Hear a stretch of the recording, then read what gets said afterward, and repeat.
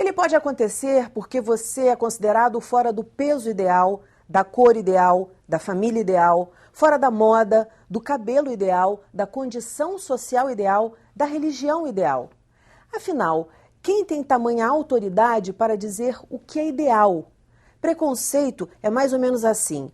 Uma pessoa olha para você ou fala contigo como se você fosse menos do que ela. Como se não merecesse as coisas que ela merece, só porque não é igual ao que ela gostaria que fosse, ao modelo que criou na cabeça ou ao que disseram para ela que era o certo, o bonito. Em homenagem ao que é autêntico e à beleza da diversidade, está no ar o Educação.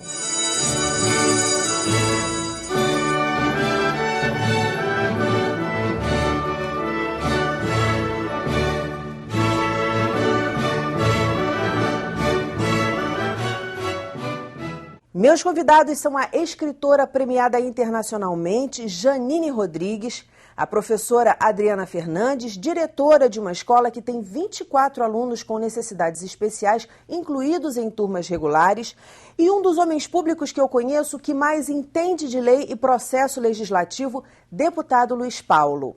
Muito bem-vindos a esse segundo programa sobre preconceito. E aí eu quero que o deputado comece. Deputado, o senhor pode começar falando no programa anterior, o senhor citou a lei de cotas. Eu queria que o senhor começasse falando aí de uma lei que a gente pode usar para se proteger, que a sociedade pode usar para se proteger desse ato. Olha, um tema que hoje é eivado de preconceitos, né, são as opções sexuais, né? O tema, quando é debatido aqui no plenário, esses preconceitos vêm à tona com muita intensidade. E a gente tem procurado aqui produzir leis para que haja respeito àquele que não tenha a mesma preferência sexual que você. Porque ele não tem a mesma preferência, não quer dizer que ele não merece ser respeitado, que a preferência dele não seja válida, que ele não continue um cidadão, que ele não continue filho do mesmo Deus, né? Então, as leis que a gente tem produzido aqui são um pouco para mediar esse conflito que agora está vindo muito à tona, né? Muito à tona.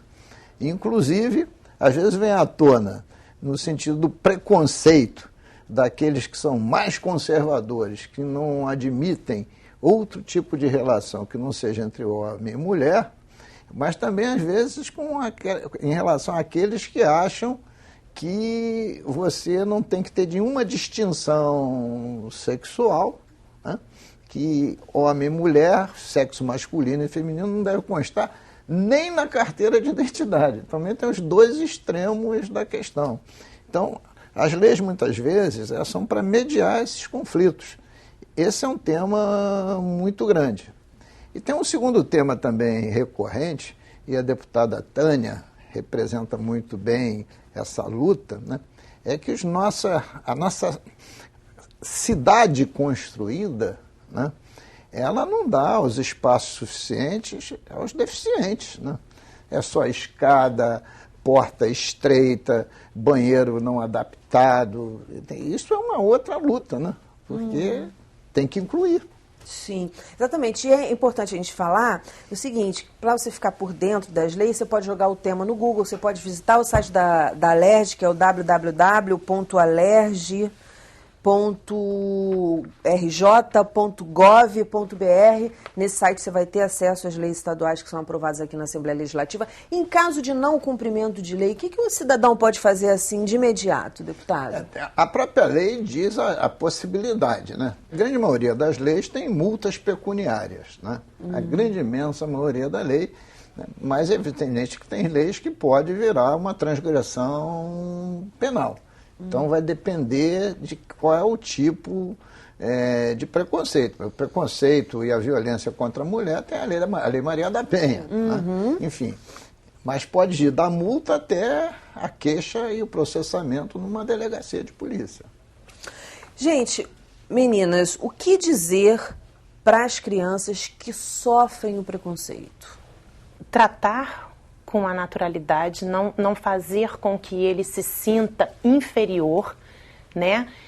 E tentar esclarecer a esse responsável, a essa criança, né, ali naquele momento, toda a situação do preconceito sofrido, né? Se ele foi chamado de gordo, se ele foi chamado de feio, ou de bonito, trabalhar com ele, tentar fazer com que ele perceba que ele é diferente, como todos nós somos, e que ele tem alguma coisa de muito especial. Exatamente. Ele tem uma potencialidade, Sim. ele tem uma competência que é única.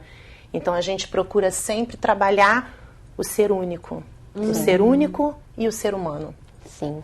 E o que eu acho também importante é ter cuidado com a criança que manifestou o preconceito, né? Porque é importante a gente ouvir também essa criança. Muito provavelmente ela está reproduzindo alguma coisa do meio, né? Seja do meio familiar, seja porque ela faz parte de um grupo, e aí para ela se sentir um pouco mais forte, né, e aceita, ela acaba também reproduzindo um preconceito. Isso acontece muito na época da escola, né? Então, ouvir, não chegar também já de forma agressiva para essa criança que está praticando um preconceito, porque ela está fazendo aquilo por algum motivo.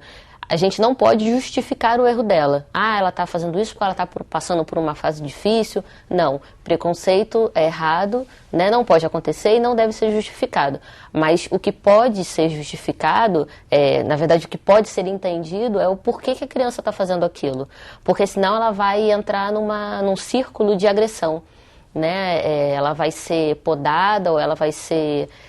enfim, tratada de uma forma grosseira, e ela vai reproduzir aquilo, de repente não para o pai, para a mãe, para o professor, porque são mais velhos, mas ela vai fazer com a criança que ela julgar um pouco mais indefesa, e a gente vai continuar alimentando essa roda, né?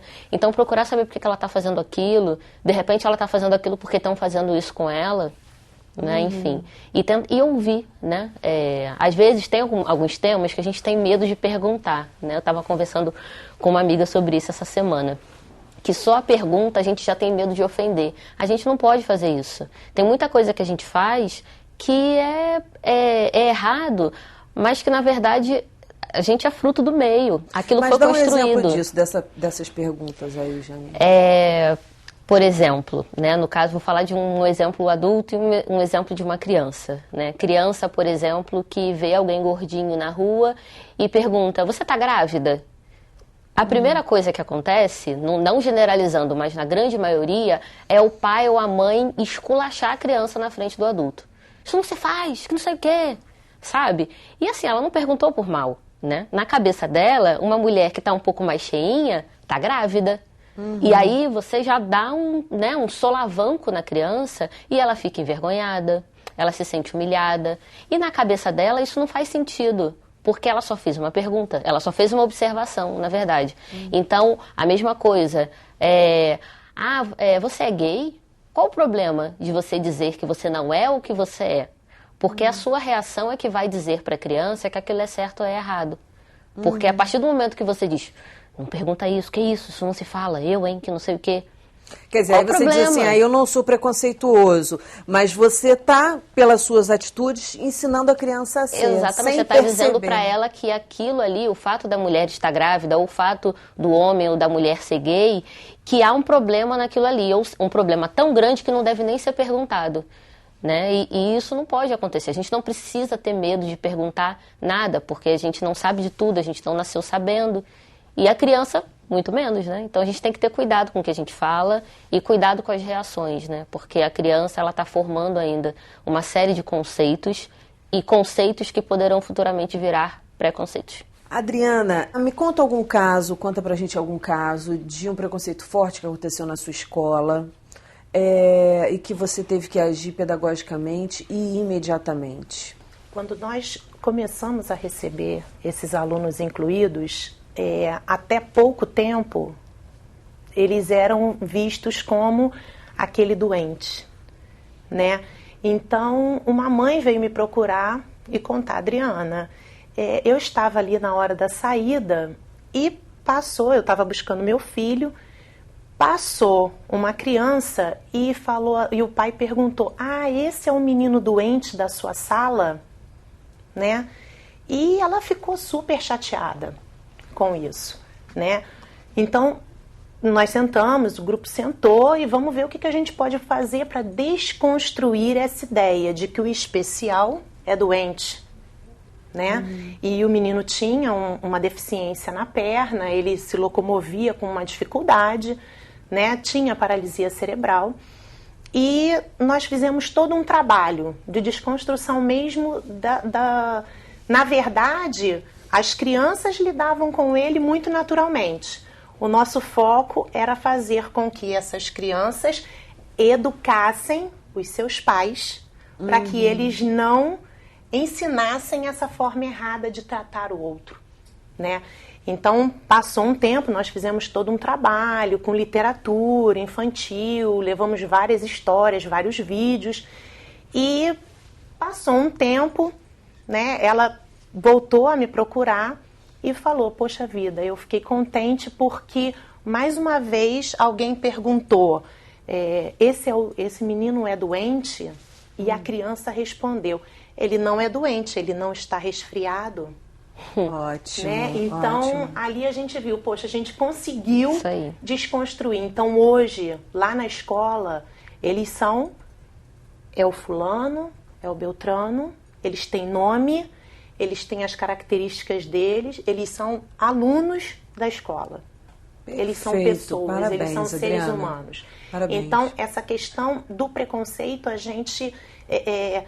eu tenho orgulho em falar que nós somos realmente uma escola inclusiva porque nós lidamos com o diferente a todo momento, com muita naturalidade, com muito respeito, né?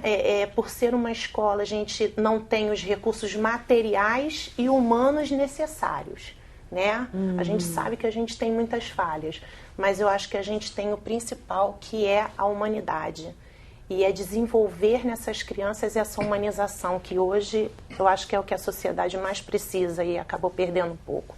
Essa visão do ser humano como ser único. A gente está no finalzinho desse bloco. Vou pedir para o deputado se preparando para no bloco seguinte a gente começar também com a seguinte discussão. Eu quero saber como vocês veem isso, como o deputado também vê a questão da lei da inclusão, né? Que criou um monte de polêmica. Eu queria que vocês fizessem uma avaliação para mim. A gente vai para um breve intervalo e volta já já. Não sai daí não.